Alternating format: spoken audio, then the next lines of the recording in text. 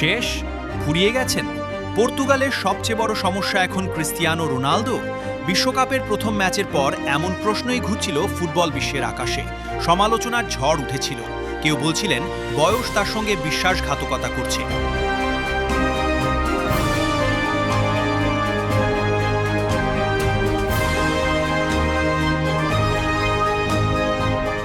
পর্তুগালকে এগোতে হলে রোনালদোর ছায়া থেকে বেরিয়ে আসতে হবে।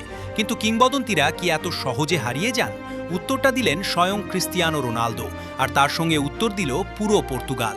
উজবেকিস্তানের বিপক্ষে ৫-০ গোলের দাপুকে জয়ে বিশ্বকাপে নিজেদের শক্তির ঘোষণা দিয়েছে ইউরোপের এই পরাশক্তি। ম্যাচের মাত্র ৬০ মিনিটেই সমালোচকদের মুখ বন্ধ করে দেন রোনালদো। দুর্দান্ত ফিনিশিংয়ে জাল খুঁজে নেন পর্তুগিজ মহাতারকা। এরপর ১৭ মিনিটে নুনো মেন্ডেজের গোলে ব্যবধান দ্বিগুণ হয়। কিন্তু রোনালদো থামতে আসেননি।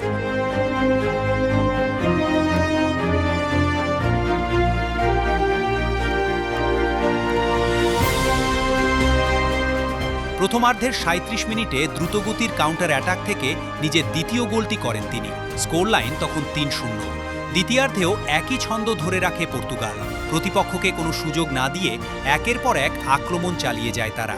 ৬০ মিনিটে আসে আত্মঘাতী গোল, আর ম্যাচের শেষ দিকে বদলি হিসেবে নেমে রাফায়েল লিও করেন পঞ্চম গোল। ফলাফল পর্তুগাল ৫, উজবেকিস্তান ০।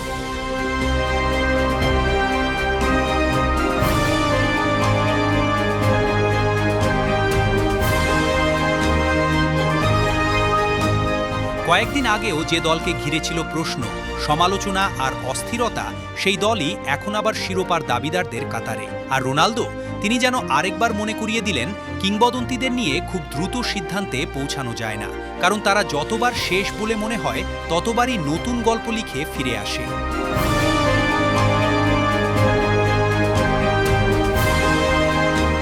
শিকড় টিভি, কানাডা।